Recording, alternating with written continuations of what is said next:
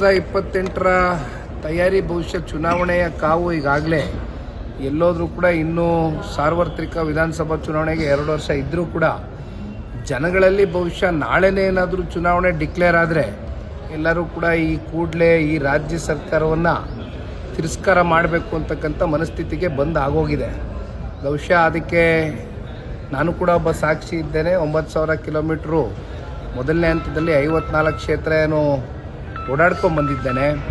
ಎರಡನೇ ಹಂತ ಮತ್ತೆ ಚಾಲನೆ ಕೊಟ್ಟಿದ್ದೇವೆ ಪಕ್ಷ ಸಂಘಟನೆ ದೃಷ್ಟಿಯಿಂದ.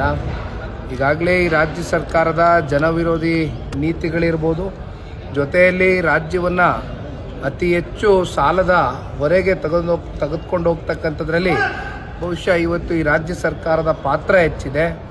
ಜೊತೆಯಲ್ಲಿ ನಿಮಗೆ ಭ್ರಷ್ಟಾಚಾರ, ಬೆಲೆ ಏರಿಕೆ, ಇತ್ತೀಚಿನ ದಿನಗಳಲ್ಲಿ ಧಾರವಾಡದಲ್ಲಿ ಏನಾಗಿದೆ ನಾವೆಲ್ಲರೂ ಕೂಡ ನೋಡ್ತಾ ಇದ್ದೇವೆ.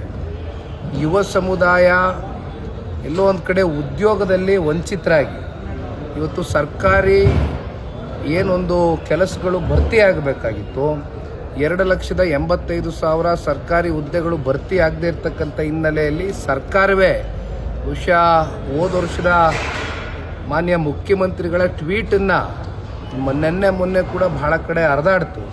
ಮಾನ್ಯ ಮುಖ್ಯಮಂತ್ರಿಗಳು 2,85,000 ಜನ ಇವತ್ತು ಉದ್ಯೋಗವನ್ನು ಸೃಷ್ಟಿ ಮಾಡ್ತೇವೆ, ಯುವಕರಿಗೆ ಅವಕಾಶ ಮಾಡ್ತೇವೆ ಅಂತಕ್ಕಂಥದ್ದನ್ನ ಸರ್ಕಾರಿ ಹುದ್ದೆಗಳಲ್ಲಿ ಅವಕಾಶ ಮಾಡ್ತೀವಿ ಅಂತ ಹೇಳಿದರು. ಆದರೆ ಕೊಟ್ಟ ಮಾತನ್ನು ಯಾವುದರಲ್ಲೂ ಕೂಡ ಉಳಿಸ್ಕೊಳ್ಳದೆ ಹೋಗಿರ್ತಕ್ಕಂಥ ಈ ಸರ್ಕಾರವನ್ನು ಸಂಪೂರ್ಣವಾಗಿ ತಿರಸ್ಕಾರ ಮಾಡಬೇಕು ಅಂತಕ್ಕಂಥ ಒಂದು ಮನಸ್ಥಿತಿಯಲ್ಲಿ ಕನ್ನಡಿಗರು ಬಂದಂತಿದೆ. ಬಹುಶಃ ಈ ವರ್ಷ ನಾವೆಲ್ಲರೂ ಕೂಡ ಸ್ಥಳೀಯ ಚುನಾವಣೆಗಳನ್ನ ಎದುರು ನೋಡ್ತಾ ಇದ್ದೇವೆ.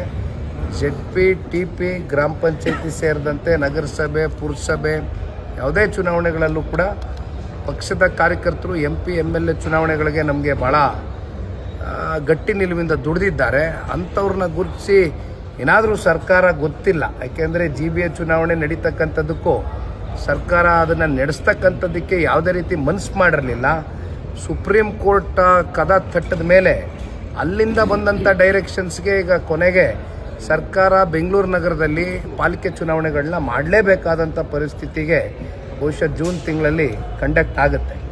ZP, TP ಚುನಾವಣೆಗಳಲ್ಲೂ ಕೂಡ ಇನ್ನೂ ರಾಜ್ಯ ಸರ್ಕಾರ ಏನು ಮನಸ್ಸು ಮಾಡಿದೆ ಅಂತ ನಮಗೆ ಗೊತ್ತಿಲ್ಲ.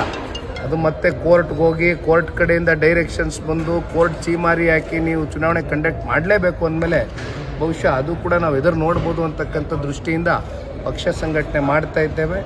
ನಮ್ಮ ಕಾರ್ಯಕರ್ತರಿಗೆ ZP, TP, ಗ್ರಾಮ ಪಂಚಾಯತಿ ಯಾವುದೇ ಚುನಾವಣೆಗಳಲ್ಲಾದರೂ ಕೂಡ ಅಧಿಕಾರವನ್ನು ಕೊಡಿಸ್ತಕ್ಕಂಥ ಕೆಲಸ ನಾವೆಲ್ಲ ನಾಯಕರು ಸೇರಿ ಒಟ್ಟಾಗಿ ಮಾಡ್ತೀವಿ.